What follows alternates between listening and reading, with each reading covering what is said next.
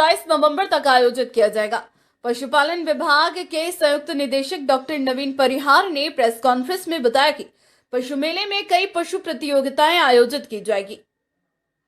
इस दौरान उन्होंने दुग्ध प्रतियोगिता, गिर नस्ल, संकर, हॉलिस्टीन गाय व जर्सी गाय जैसी कई प्रतियोगिता की जानकारी दी। साथ ही कहा कि इस दौरान पुष्कर में 24 घंटे चिकित्सा सुविधा उपलब्ध रहेगी और कहा कि 14 को झंडा चौकी के साथ 16 से सभी प्रवेश स्थल पर चौकियों की स्थापना की जाएगी और 18 को सफेद चिट्ठी व पशु रवाना की शुरुआत की जाएगी। मेले का समापन करने से पूर्व 27 को पुष्कर वितरण समारोह मेला मैदान में आयोजित किया जाएगा, जिसके साथ ही मेले का विधिवत समापन किया जाएगा। पुष्कर मेला 2023 बहुत सारी नए कार्यक्रम लेके इस बार आ रहे हैं। नए कार्यक्रम में खासतौर से हमने रखा है जो ग्लैंडर्स के जो विभागीय तौर पे देखा जाता है, जो पिछले मेलों में जो अड़चन आ रही थी उसकी रोकथाम भविष्य में नहीं हो, इस वजह से हमने इसकी तैयारियां पहले से की थी। पूरे भारतवर्ष में हमने एक सर्कुलर गाइडलाइन जारी कर दी थी, दिशा निर्देश, जो खासतौर से पशुपालकों के लिए कि वो अपने स्वस्थ घोड़ों को ही पुष्कर में लेके आए और जिन स्थानों पे ग्लैंडर्स बीमारी डिक्लेयर हुई थी, जिनका नोटिफिकेशन हुआ था, वो उस जिलों से किसी प्रकार का अशुभंश या पुष्कर मेले में नहीं आए, ताकि हमारे पुष्कर मेले पे कोई किसी तरह के रोक नहीं लगे। एक तो ये नयापन था। दूसरा ये था कि स्वस्थ पशु लाने से पहले वो पूरा अपने हॉर्सेस का चेकअप कराएंगे। नियर बाई जो वेटनरी डॉक्टर्स रहते हैं उनसे हेल्थ सर्टिफिकेट लेकर ही आए, और जैसे ही पुष्कर मेले में पशुपालक आ जाएंगे तो उनके घोड़ों का जो हेल्थ सर्टिफिकेट वो वेरीफाई करने के लिए हमारी चेक पोस्ट पे वेटनरी डॉक्टर्स की टीम रहेगी।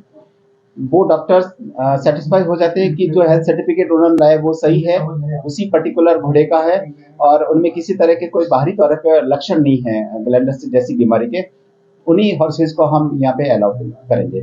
और इस बार मेले की प्रतियोगिताओं में जैसे घोड़ों का आप देखते हैं कि घोड़े की जजिंग के लिए भी जो एरिना वगैरह बनाते हैं उसमें भी हमने काफी फेरबदल किया है। घोड़े की पूरी जांच होगी, जैसे ट्रॉटिंग का होता है, अलग अलग जो चाल होती है, आपने देखा होगा आरपीसी के इंटरव्यूज में पूछे गए थे डॉक्टर्स को भी कि घोड़े की चाल कौन कौन सी होती है। तो ऐसे चीजों का भी हम देख रहे हैं कि घोड़े की चाल को भी वहां परखी जाएगी। जजिंग को बहुत स्ट्रिक्ट किया है हमने। एक और खास बात रखी थी कि घोड़ों के जो प्रतियोगिता है वो 21 तारीख को होगी और उसका रजिस्ट्रेशन वो हम 18 तारीख से शुरू कर देंगे। ये बहुत ही एक तरह से सहूलियत रहेगी पशुपालकों के लिए कि जो घोड़े वाले पहले आ गए हैं उनको 18 तारीख से ही वो अपना रजिस्ट्रेशन करवा देंगे घोड़ों का, ताकि जिस दिन प्रतियोगिता होगी उस दिन किसी तरह का टाइम का वेस्टेज नहीं होगा और 8:30 बजे से प्रतियोगिता शुरू हो जाएगी। ये 2-3 चीजें इसमें लगभग 250 से ज्यादा का हमारा स्टाफ लगा हुआ है। 80 के करीब डॉक्टर्स है और अभी हमें जरूरत पड़ रही है कुछ और स्टाफ लगाने। अजमेर रेंज के जो डिस्ट्रिक्ट है, नागौर है, भीलवाड़ा है, कुचामन से, उनमें से भी हम और स्टाफ की लगाएंगे और इस मेले को यादगार बनाने के लिए जो हमारे प्रयास है वो हम वास्तव में करेंगे। ये जो ट्रॉफीज आप देख रहे हैं, इस प्रकार की और भी ट्रॉफीज के लिए हम प्रयास कर रहे हैं। RCDF के हमारे डॉक्टर साहब हैं, आप देख रहे हैं, डॉक्टर योगी जी और डॉक्टर निधिका जी। हमने इनसे कांटेक्ट किया कि आप लोग जब कैटल फीड, आपका जो प्लांट है वो कैटल फीड बनाया जा रहा है, तो पशुपालकों के लिए, खासतौर से गौ पालकों के लिए, भैंस पालकों के लिए भी आपको कुछ न कुछ करें इस मेले के माध्यम से। तो हमने इनसे रिक्वेस्ट की, इन्होंने पुरस्कार पाने वाले जो विजेता पशुपालकों को पुरस्कार स्वरूप ये ट्रॉफीज यहाँ रखी गई वो जरूर देंगे ये। और ये कैटल फीड भी जो अच्छा पौष्टिक होता है, बैलेंस्ड जो होता है, ये फीड भी इनके द्वारा दिया जाएगा। इनके द्वारा और भी बहुत सारे कार्यक्रम वहाँ पे गिर प्रदर्शनी में किए जाएंगे, कुछ गोपनीय रखे जा रहे हैं, कुछ प्रकार की प्रतियोगिताएं भी आयोजित की जाएगी वहीं पे और उनको उसी वक्त ही पुरस्कार के रूप में उपहार दिया जाएगा एक तरह से। तो इस प्रकार बहुत। कांग्रेस के राष्ट्रीय प्रवक्ता पवन खेड़ा अजमेर दौरे पर रहे। उन्होंने अजमेर क्लब में प्रेस वार्ता करते हुए बीजेपी पर तीखा हमला बोला है। खेड़ा ने कहा कि गहलोत सरकार ने राजस्थान में जो योजनाएं लागू की है उनकी चर्चा देश में ही नहीं बल्कि विश्व में हो रही है। उन्होंने कहा कि पीएम नरेंद्र मोदी भी अपने अधिकारियों को बुलाकर डांटते हैं कि जब राजस्थान सरकार यह सब कर सकती है तो हम ऐसा क्यों नहीं कर सकते। मीडिया की ओर से लाल डायरी को लेके पूछे गए सवालों पर जवाब देते हुए खेड़ा ने कहा कि लाल डायरी है तो लाल सिलेंडर भी है। भाजपा में हिम्मत है तो लाल डायरी के पन्ने खोले, लाल डायरी खुलेगी तो संजीवनी के पन्ने भी होंगे। साथ ही उन्होंने कहा कि भाजपा के स्टार प्रचारक तो ईडी और सीबीआई है। लाल डायरी खोल तो दें, निकलेगा ना, फिर संजीवनी भी आएगी, उसमें सब कुछ लिखा हुआ होगा। उसमें हिम्मत है तो खोले लाल डायरी और संजीवनी के विषय में बताएं लोगों को क्या लिखा है। हिम्मत है तो बताएं कि क्या खरीद फरोख्त हो रही थी उस वक्त, बताइए। और लाल सिलेंडर जरूर साथ में रखिए जब लाल डायरी खोले तो। सर पिछले चुनाव में तो बताएंगे, तारीख नहीं बताएंगे, अब तारीख बता दी। क्या कहना चाह रहे हैं वो कि कोर्ट के आदेश में उनका कोई रोल था? राम मंदिर को लेकर शुरू से कांग्रेस पार्टी का एक मत था, क्या था? कि जो अदालत का निर्णय होगा वो सर्वमान्य होगा। आज से नहीं, आज से 10 साल पहले से नहीं, आज से 20 साल पहले से भी नहीं, 30 साल भी नहीं, 40 साल से कांग्रेस यही कहती आई। तब अडवाणी जी क्या कहते थे? आस्था में कोर्ट का क्या मतलब? अब आज से 5 साल 10 साल जब से ये सरकार में आए तब से ये कहने लग गए कि जो कोर्ट कहेगा वो होगा। तो कोर्ट ने जो कहा वो हो रहा है, उसमें अमित शाह जी का क्या रोल है? वजह बताएं जरा जरा। राजस्थान के अंदर हिंदू धर्म के जब रीति रिवाज चालू के प्रभाव को कहीं ना कहीं धारा 144 बच जाती है, कर्फ्यू लगा दिए जाते हैं। तो सर इसको लेकर के क्या कहना है? और कन्हैयालाल हत्याकांड हुआ था तो अमित शाह जी ने कहा कि तुष्टीकरण के आरोप लगते हैं। कन्हैयालाल हत्याकांड मेरे शहर में हुआ, जहां से मैं आता हूं, उदयपुर। वो घोष और दूसरा क्या था नाम, दो अतारी, रियाज मोहम्मद अतारी और घोष कौन थे? भारतीय जनता पार्टी के कार्यकर्ता थे। हमारे मित्र गुलाब जी कटारिया के बड़े अच्छे चेले थे। उनको छुड़वाने के लिए पुलिस पर फोन किसने किए थे बताइए? फिर बात करिए तुष्टीकरण। राजसमंद में वो शंभूलाल रैगर किसी की हत्या करे या उदयपुर में अटारी और घोष किसी की हत्या करें, उसकी निंदा बराबर एक ही शैली में, एक ही लहजे में होनी चाहिए।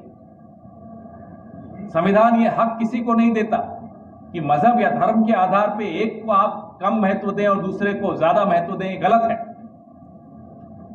बस मैं ये जानना चाहता हूं कि कन्हैयालाल जी के हत्यारे किस पार्टी के कार्यकर्ता थे? पोलिंग बूथ पर बैठते थे भारतीय जनता पार्टी के एजेंट बनकर। अमित शाह जी को बोलिए अगली बार जब यहां पर्यटक बनकर आए तो इस बात का भी जवाब दें।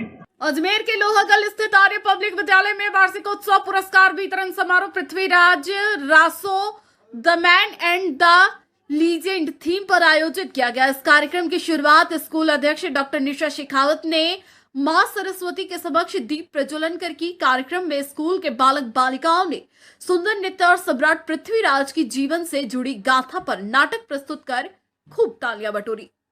जी मैम, बताएं कि किस तरह का प्रोग्राम है आपके यहाँ पर और कौन यहाँ पे चीफ गेस्ट है? आज एनुअल प्राइज गिविंग जो कि आज प्लान किया हुआ है 8 नवंबर को, हमारे चीफ गेस्ट डॉक्टर सारा जो बेस्ट सेलर बुक ऑथर हैं, बुक कोच भी है और जॉट डाउन वेंचर्स की वो फाउंडर हैं। उनका सपना है कि हर घर में ऑथर हो। उन्हें हमने बुलाया है right from Delhi, she has come. And हमारे गेस्ट ऑफ ऑनर है एयर कोमोडोर देवेंद्र सिंह शेखावत जो एपेक्स यूनिवर्सिटी जयपुर में, वहाँ पैसिफिक यूनिवर्सिटी में वो डीन एकेडमिक्स हैं। तो इनके अलावा भी बहुत सारे एमिनेंट गेस्ट हमारे साथ हैं। बहुत सारे स्कूल के प्रिंसिपल्स हैं। महाराणा मेवाड़ एजुकेशनल इंस्टीट्यूट से मिस्टर संजय दत्ता भी हमारे साथ थे और उन सब की प्रेजेंस ने ग्लोरीफाई कर दिया इवेंट को। प्रस्तुति बहुत अच्छी थी। थीम था हमारा पृथ्वीराज रासो, जिसपे चंद्र वरदाई खुद ही अपना ऑटोबायोग्राफिकल नरेशन करके पूरे प्रोग्राम को उन्होंने प्रेजेंट किया। एक बुक ओपनिंग सेरेमनी थी जो पृथ्वीराज रासो को हमने ओपन किया। पृथ्वीराज रासो की जो हमने कुछ नृत्य और कुछ नाटक से जो प्रस्तुति दी है वो Prithviraj Raso plus James Tod का जो कंटेंट है उस पे आधारित है और इस पे बच्चों ने बहुत कई टाइम से मेहनत कर रहे थे। उन सबकी अच्छा प्रयास रहा और बहुत सफलतापूर्वक ये प्रोग्राम हुआ। तो मैं सभी बच्चों को, पेरेंट्स को जो असली हकदार हैं इसके, उन सबको क्रेडिट देना चाहती हूँ और सभी को धन्यवाद देना चाहती हूँ। बच्चों को डिस्ट्रीब्यूट किया है आपने प्राइज वगैरह? जी हाँ, जो एनुअल प्राइज गिविंग होता ही इसी के लिए है, तो आज प्राइज गिविंग सेरेमनी थी। तो जो बोर्ड के रिजल्ट्स हैं हमारे, उन बच्चों को, एकेडमिक्स में टॉप स्कोरर्स को, थ्रू आउट जो हर एक क्लासेस से टॉप स्कोरर्स थे उनका अचीवमेंट, कुछ स्पेशल अचीवमेंट्स हैं जो हमारे स्पोर्ट्स में हैं और आर्ट क्राफ्ट में हैं, उन सभी को हमने पुरस्कार वितरित किया और उनको एक्नॉलेज किया। आई am doctor Yojana Sharma, principal Aryan public school. नमस्कार, मेरा नाम डॉक्टर सारा है और मैं यहाँ पे एज अ चीफ गेस्ट आई हूँ एट आर्यन पब्लिक स्कूल। और बहुत अमेजिंग है यहाँ पे यंग इंडियंस को, यंग भारतीय जो एस्पायरिंग माइंड्स हैं, जो हमारे आगे के फ्यूचर हैं, उनसे मिलने का मौका मिला। और बहुत ही अमेजिंग है यहाँ का पूरा इंफ्रास्ट्रक्चर और एजुकेशन वाइज जो मैं देख रही हूँ, करिकुलम एंड ऑल। योजना जी जो प्रिंसिपल हैं, she shared her mission, so everything is just amazing here. Ajmer में नामांकन वापस लेने के अंतिम दिन भाजपा और कांग्रेस के बागी नेताओं ने लिया नामांकन वापस। कांग्रेस के हेमंत भाटी ने द्रौपदी कोहली के पक्ष में अपना नामांकन वापस लिया। वहीं दूसरी तरफ भाजपा के सुरेंद्र सिंह शेखावत ने नामांकन वापस लिया और भाजपा प्रत्याशी देवनानी के सपोर्ट में उतरे। इस दोनों प्रत्याशियों के नाम वापस लेने पर भाजपा और कांग्रेस के प्रत्याशियों ने राहत की सांस ली। मैं भारतीय जनता पार्टी का सिपाही था और सिपाही हूं, और मैंने अनुशासन में रहकर जिस प्रकार के भारतीय जनता पार्टी का सिंबल मुझे नहीं मिला, मैंने पर्चा दाखिल किया, लेकिन भारतीय जनता पार्टी से सदस्यता कि मैंने इस्तीफा नहीं दिया था। और मेरे साथ में जिस प्रकार से वरिष्ठ नेताओं द्वारा संपर्क किया गया, मैंने कहा था फ़ोन पर कोई संपर्क करेगा तो मैं किसी ने मेरे से पूछा था कि प्रधानमंत्री जी के फ़ोन करेंगे तो आप बात मानेंगे, तो मैंने ना किया था। लेकिन आज सुबह 3 बजे गजेंद्र सिंह जी खुद स्वयं मेरे घर पे निवास पर आए और उनसे चर्चा हुई, और उसके बाद साथ में हमारे संगठन के बीरमदेव सिंह जी प्रभारी जो साथ में खड़े हैं, उनसे बात हुई। जो प्रत्याशी हैं देवनानी जी, वो भी घर पे पधारे, उनसे बात हुई।